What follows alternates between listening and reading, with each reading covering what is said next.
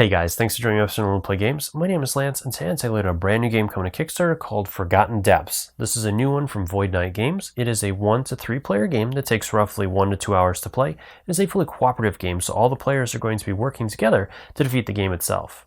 So in the game, the great ages of humans have come and gone, the age of battle and raids, and now there's only a few of us left. And there's a great unnamed power growing in the east, and so we've done the rites and rituals and determined our heroes that are going to go off and dive into the depths and try to find and defeat this evil entity. So the highlights of the game for me, I really enjoyed the combat system within this one. I thought the designer did a really good job of giving us lots of options. There's a lot of hard decisions our players are going to have to make, whether using blocks and abilities and activating different things, or just taking some damage from the monsters, and all kinds of different options that are really interesting with this one. And then there's even those little deck building elements within it. As you gain different skills and abilities, you're going to be adding and taking away cards from your action deck. So some really interesting choices you have to make as a player. I also really enjoyed the tile placement system within this one. It's almost kind of like a puzzle where you're trying to build it in certain ways so that you can activate legendary locations and deciding when and where you want to encounter certain monsters and events and whatnot. It really gives the player a lot of choice and decision on how they want to progress in the depths of this location.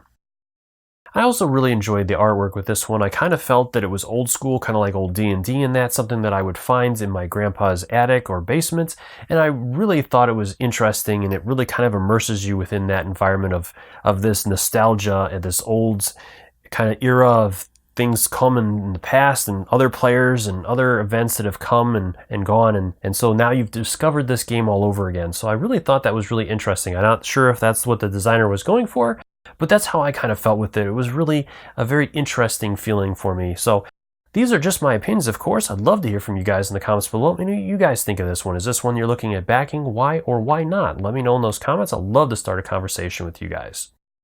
So as always, if you find these videos helpful, if you like what I do, please consider hitting that like button and subscribing to my channels. It really does make a big difference, helps me to continue to grow and produce these videos. And if you want to stay up to date on all my videos, also consider ringing that bell so you get notifications anytime I release new content. So let's head to the table and I'll show you what this one's all about. There are currently 3 characters in the game. We have Ava the Rogue, Bren the Fighter, and Syl the Wizard. Each one of these characters is going to have their own unique block activated ability and power activated ability. Moving into an individual character, each character again has their name at the top, 2 spots for their power cards that they can use to activate their ability, and they have 3 levels, which each character will start at level 1. Each character is going to have a special block ability that will be activated when they block, and each player is also going to have a power ability, again, that they'll spend their power token or cards on. Each character will have a draw and a discard side, and then at the bottom are any items or abilities that character has. Then each character is going to have their own custom deck of cards. It'll be split into a deck that has the treasure tokens on it. This will be kept off to the side, and then as the character gains abilities or powers or whatnot, there'll be cards that'll be added. They'll have added from their deck into their main deck, which they'll start the game with. In this way, it is a little bit like a deck builder, as your character will get potentially better cards throughout the game.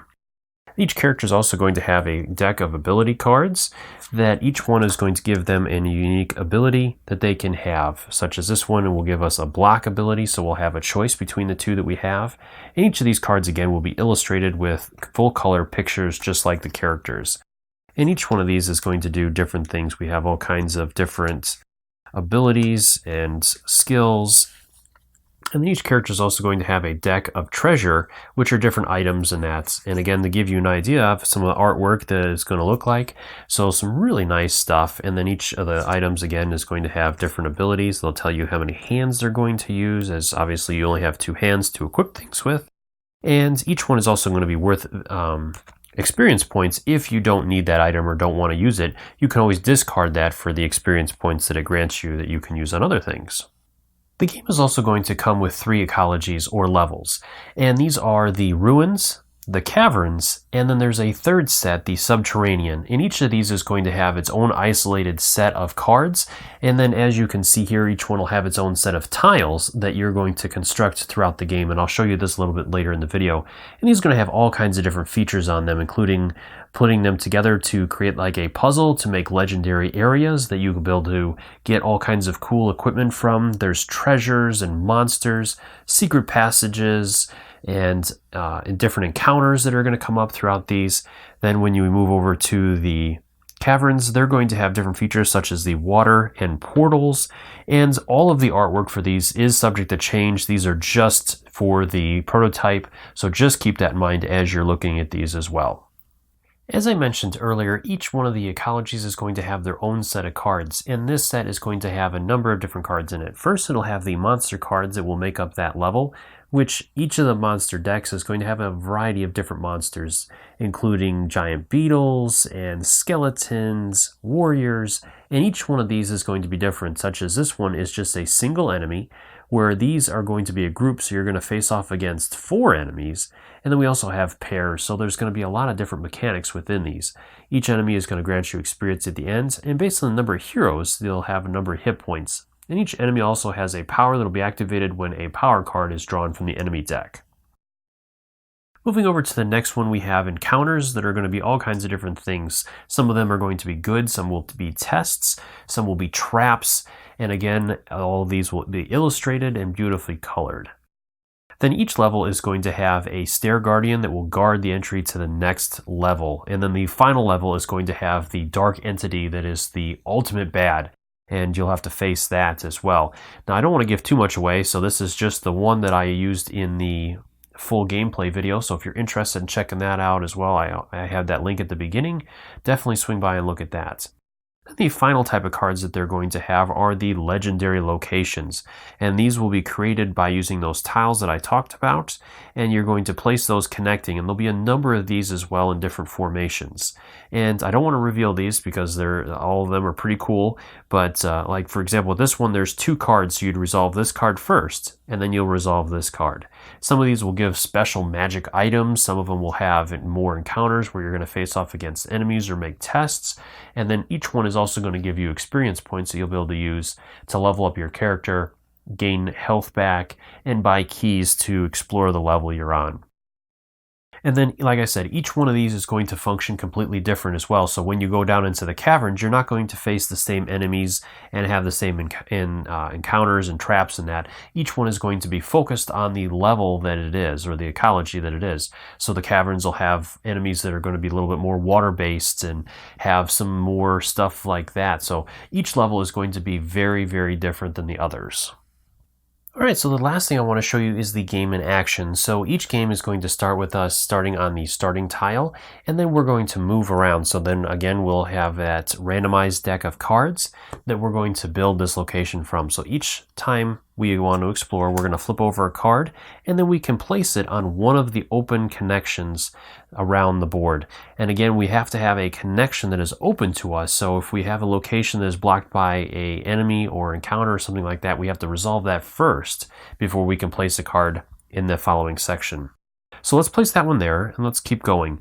And during this game, you can explore as much as you want. You don't have to resolve any encounters or anything like that until you want to, or if you have to. But you can also lose if you draw a card and you cannot place it. So then we have this one. So we could do this. And again, we're okay still, so let's go again. We have another one. We have a couple legendary parts, so we want to be careful where we place that. Now this area is going to be blocked because we have a lock there, so we could spend a key to open that section up to give us access to that. But let's keep going. All right, so now we have an encounter here. So again, we can choose where we place it, or we can rotate it as well. We can rotate it any way we want to line up as long as it connects to everything. So we can't place it over here because then this is going to lead to a dark area. So we have to place it here, and we're going to do... Let's do it like this. And then we'll go again. So now we have another one.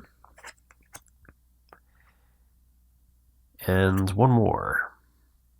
So again, now at this point, we can't place anything there, but we can place something here. And one more time. So again, we can do something like that. Now we messed up our connection here. We didn't have another one. We would have had to have something like this to create part of a legendary location. So unfortunately we did not draw for that. And there we go. So now we have a legendary location that we could cash in and explore that. And like I said, you're going to keep going with this until you choose to stop, and then you can explore. So now, say we wanted to stop, we could go and come over here and do that encounter, find out what that is. Or we could jump up into here and fight off this monster to get that treasure. And then let me show you a boss battle. So we're going to go up against the giant beetle, and he has 10 hit points, and he's using the light deck, which is the level 1 deck, basically. And then he also has a special ability. He's armored, so he's going to take 1 less damage each round.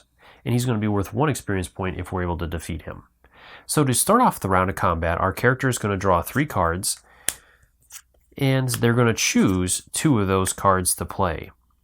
So I'm going to go ahead and play a 3, as we drew kind of low this turn. So we're going to play a couple low cards and see what happens here. Then our enemy is going to draw 2 cards to match us.